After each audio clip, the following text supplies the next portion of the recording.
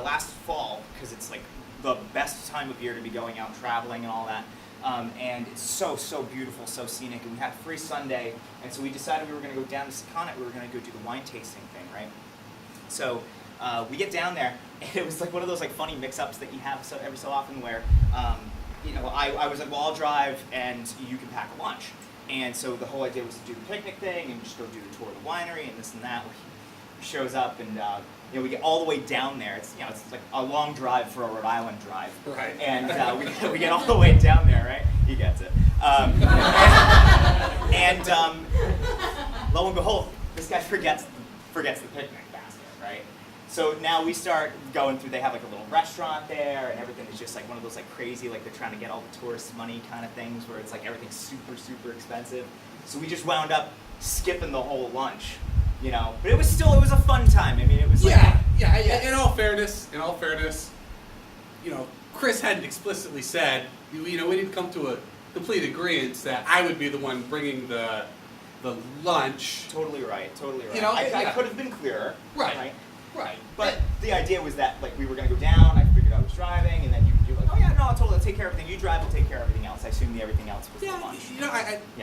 Which is fair. And I'm willing to take my share of the blame for what was obviously unclearly communicated. No, totally. And one of the best things about being friends is like we understand each other, we get each other's quibbles. He's forgetful. He's just a really forgetful guy, and I know that about him, and I embrace that about him. And so that's why I think it's like one of those things. This is what I'm saying, like to promote. Yeah. Friendship and acceptance. It's like sometimes you can have a good time even when your friend forgets things. It's my short-term memory. It's kind of going up, and it's a little more difficult. So you're not the best communicator. You're a little unclear. You imply a lot of things that most people wouldn't get, but to you they make sense. Well, I mean, I like to think I make sense to most people, but sometimes you forget the things that I say. It's whatever. Yeah. It's whatever. It's whatever. It's whatever. Well, I think I got over you. I would say so. You know what, buddy? Let's put on a show for these good people. Thank you. All right. So look, the trick is once it's up there, all right, you want to make sure that you keep just enough slack on the twine, okay, so that it's catching the wind, but you don't want to let it go so slack that it falls. Okay, so here, easy, nice. The balance zone. Oh my God! Oh, you're doing it. I didn't know I would love flying a kite this much! It's man-defying nature in the most unbelievably amazing way possible. I'm connected to the sky! Mankind has been doing this for millennia.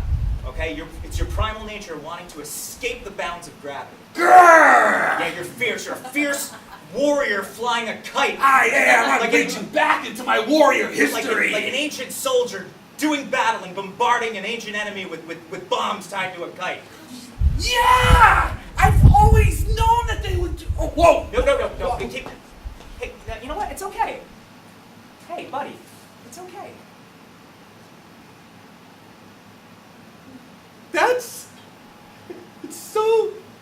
Looks so much different on the ground. Well, yeah, it's limp, it's lifeless, it's It's dead! It's not dead, it's an inanimate object. It doesn't have to be dead, you can just... It's dead to me! I was having so much fun! And now... Been a real turnaround emotionally for me! Jim, look, hey, it's not the end of the world. I mean, you just coil it up and then we'll catch the wind again and it'll... In the arms of an angel, fly away from me. I think you're taking this a little too, Jim. You're taking this a little too harshly. It's a kite. They have to. What goes up must come down. It's a life lesson. This was a terrible life lesson to learn. I didn't know that the kite would come crashing down like this. It's physics. Things don't stay in the air. Even an airplane has to come down at some point, Jerrod. I've seen airplanes go down and I've never felt this way about it. Well, they don't make quite as catastrophic of a landing most of the time. Yeah. I wish I'd known. I wish. Like it's not that you did a bad job. It's just you. Oh, I'm to blame for this now? You're putting this on me? Well, you needed to be said you had to take the string and you had to keep it tight enough, but not too tight, and enough slack to catch the wind, but not so much slack that it crashes. Those are very ambiguous directions. If I had clearer directions, I probably wouldn't be going through this inner turmoil right now. Well, I don't know why you need more direction than what I already gave you. I mean, I got the thing up in the air in the first place, and I handed it to you. If anything, you're the one that crashed it. I had a good thing up and going, and then I said, remember, do this, do the things that you just watched me do. I don't know how I can be clearer than that. I don't know, this was a first for me. Maybe you should have been a little more explicit in what those instructions were. It's a string and a piece of paper. How much more explicit do I need to be? It's defying gravity. There's some explicit instruction needed. It's not magic, you idiot. It stays up in the air because there's wind. You know what wind is? Yes, I know what wind is. I've never flown a kite before. You were the one who knew. You could have been a lot clearer. You could have just said exactly what needed to be done, and I would have done it. No, I said exactly what needed to be done. You just let it go through one ear and out the other. You weren't listening. No, if you said exactly what needed to be done, the kite would still be in the sky. Instead, you kind of hinted with these ambiguous directions, and look where we are now! Sad. Sad. And hungry. In a park with nothing to do, but just look at each other like idiots. Because somebody couldn't listen and somebody forgot. Oh, you're being very explicit in your words now. It's good to see you have the ability to do that. I feel like I gotta really dial it in now because I understand how thick-headed you are and I gotta work with that. Oh, I'm sorry, but you know what? You always do this. Do what? You're unclear in what you tell me to do, and the next thing you know, it's all my fault. Oh, I'm sorry if you can't listen to the beginning of a sentence and pay enough attention to get 3 words down and then remember the entire sentence. Hey, just keep it kind of in between. Hey, maybe somebody should bring lunch. I mean, those are the type of things that leave a lot in the air for questions. Oh, leave it in the air. Real cute. Is this what you do? Is this what we're doing? Oh, me? What? Oh, you know what? I was trying to do things. You're the one who... You know what? We're not doing this right now. We're not doing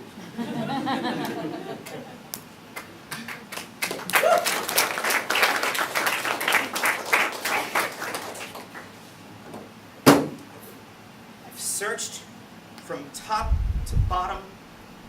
Detective, I am out of my wits' end here. I cannot find a single piece of evidence in this entire library that's going to put our guy at the scene of the crime. If you can't find that evidence, we could have a murderer go free. We can't have that. I'm very aware of the consequences. I don't know.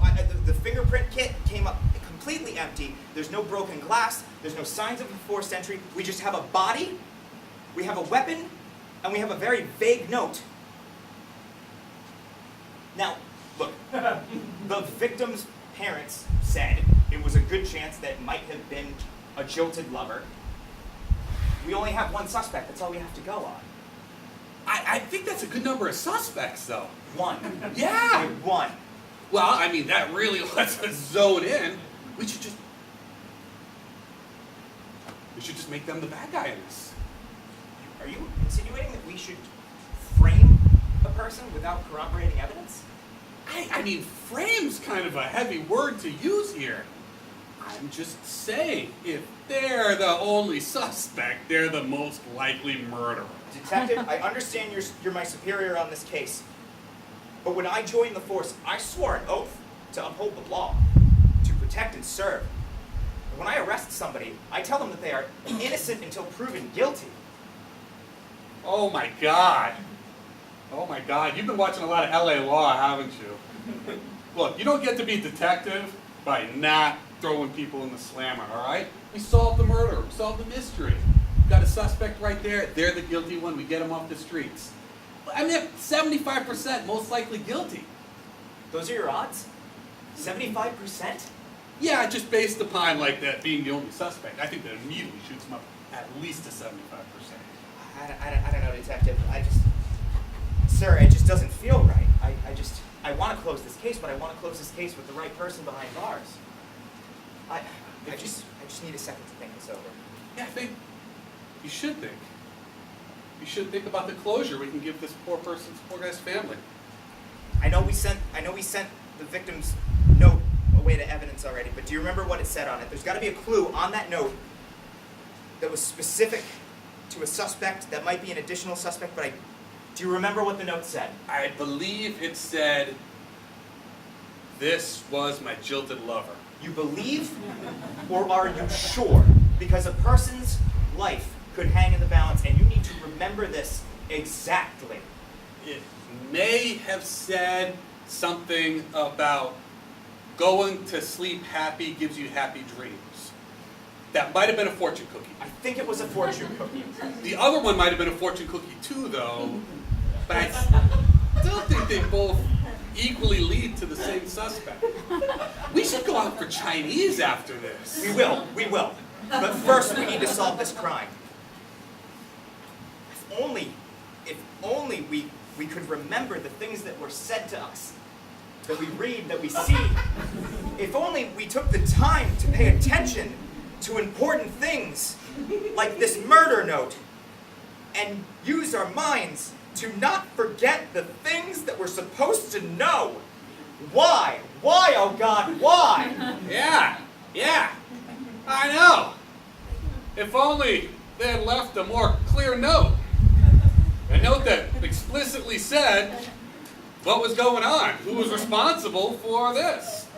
Well, it was written hastily, and I'm sure the person who wrote the note had perfectly good intentions and just assumed that whoever read it would get a clear message out of it. But that's not the point, Detective. I mean, I think it's at least a valid point.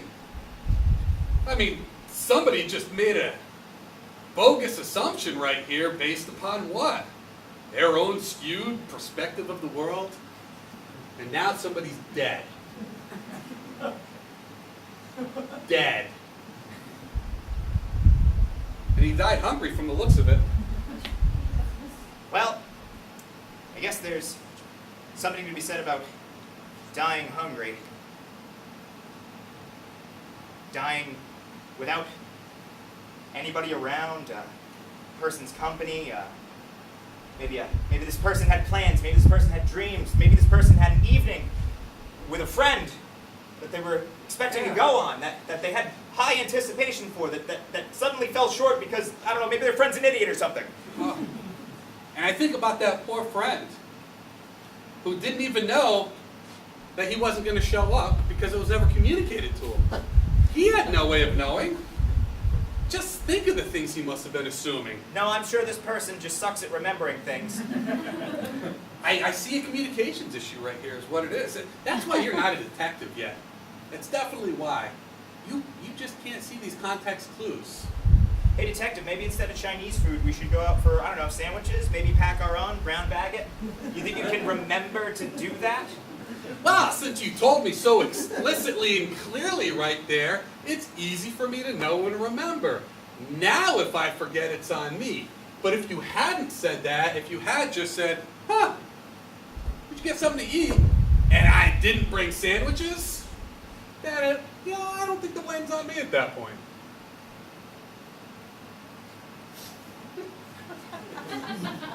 Fucking picnic lunch. Picnic lunch. Just say a picnic lunch! But you said I got it. You said I got it. And by the way, LA Law? Who watches LA Law? What are you, like a 60-year-old housewife? LA Law was a quality television show. If you're gonna make references that the audience is gonna get. Oh, I'm sorry if you can't remember a more current cop drama. There's definitely members of the audience who are my age or older tonight, and they loved that line. Yeah, I could hear it. Oh. You know what? Yeah, we're not doing this right now.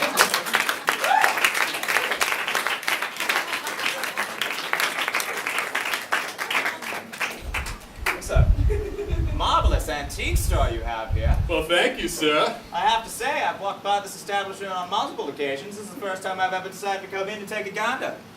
I'm glad you did. There's quite a few unique-looking objects here. I wonder if every single one of these might tell its own little story. Each one does. Oh, fantastic. Well, as the proprietor of said antique store... Why don't I tell some stories of each one, eh? That would be quite delightful. I appreciate that quite much. Might help inform some of my future purchases. That would be nice. That would be nice. You know, I wasn't sure I was going to be telling you these stories, but I'm glad you said something. I've noticed quite an ornate horseshoe. That horseshoe was upon the steed of Napoleon himself. My stars, you don't say. I do. Upon his loss in Waterloo, his mighty steed failed him. Well, I bet that was the most unluckiest horseshoe that man had ever met in his life. Because it's usually good luck. Oh, now I get it. Oh, I didn't get it until you explained it there. Thank you. Well, luckily I'm a clear communicator. That's what most of my friends say. Oh. Yep, straight shooting, one word after the other. Everybody follows along. Nobody forgets a gosh darn thing. Yeah, obviously. Nobody's forgotten anything so far. Said that. I couldn't help but notice you got a quite cute little jack-in-the-box there. It's a child's toy. That is. There must be some history behind that jack-in-the-box. There is. That child's toy was once the jack-in-the-box of Charles Lindbergh's kidnapped baby. Oh my goodness! Yeah, What a poor it is. unfortunate lad. It's too sad. But it's a bit of history right there. Just think that little Lindbergh baby surprised time after time. Ah, well. Until that last big surprise. I dare say it might be a little too soon to make a joke like that. Apparently so. I can't help but notice that there's no music coming out of the jack-in-the-box. No, they say after the Lindbergh baby was kidnapped, the jack-in-the-box never spewed another tune. Well, gosh darn it, I can't help but think this jack-in-the-box might be a little bit haunted. But I'll say this one thing, if I'm going to buy a child's toy, Don't ever buy a haunted one. well, that's the first thing my mother always told me. Your mother was a wise woman. I've never heard a happy tale that involved a haunted child's toy. Well, you know, it's a fortunate thing about having a wise mother is that everything she says I always maintain a memory of. Oh! Oh, she'd say all kinds of things to me. I'd never forget. Everything she said was very important to me. That's good. You know, it's a great thing. Your mother sounds like a wonderful woman. Oh, she's a fantastic woman. Every morning I get up for school, she used to pack me a lunch in a brown paper bag. Write a little note on it. Said, "Dear Matthias, love you more than everything else." She'd give me a kiss with the lipstick, hand it to me, send it out the window. Ooh! Best part of my day, opening up that brown paper bag lunch, looking at the thing my mother said, remembering everything she said to me that day. Matthias it is. Ah, yes. That's a name yet. Well, That's a mighty fine name, sir. biblical name. Oh! Means it's from the Bible. Never forget it. Never would. You know, just like your mother's note. Your mother's note. Clearly you knew your mother loved you, did you not? And a mother's love is a wonderful thing. Fantastic thing. It is. I feel sad for the poor chaps who never heard their mother's love, who never knew that their mother loved them. Because a mother has to definitely, explicitly communicate her love for her child. Because then the child might not know. And then they could get kidnapped. And haunt a child's toy later on. Well, I dare say, sir, if you want me to buy that jack-in-the-box, you have cost yourself one sale. Oh, no. Well, I hope I can find something else here that will help pique your interest. Oh, funny you should mention that. I happen to notice a floor-to-ceiling length mirror over here. There is. Look at that. Oh, there must be some story behind this mirror. There is a story behind the mirror. They say that those who peer into the mirror are cursed. So be careful. Yes. It's the curse of the loss of clarity. So be careful with that mirror, the loss of clarity. They say the soul who gazes into it can no longer let other people know what they really want. Well, I dare say that's a bunch of hubbub and malarkey. I'm the clearest talking, go straight shooting anybody's ever met in this here town, and I don't think there's a single thing this mirror can do to stop me. I don't understand what you mean by that, sir. Well, can't you hear me talking? I'm talking plain today. I say the words come out of my mouth, go one through here, one through the other. Can't forget anything I say. You're talking awfully fast. It's almost like you're uncertain of the things that you're saying there, and you're just trying to blow things out of your mouth so that you can get out of what's an uncomfortable situation. You don't have to buy it, sir. Don't worry. Oh, just tell me you don't want to buy it, and I'll know, and I'll stop trying to push that sale on you. Just let me know.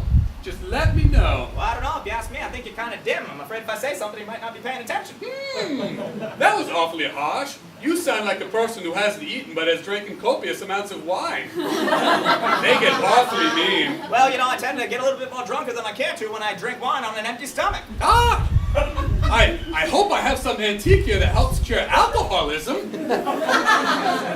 You got an antique here that might be a substitute for a friend? I do, but not in front of this audience.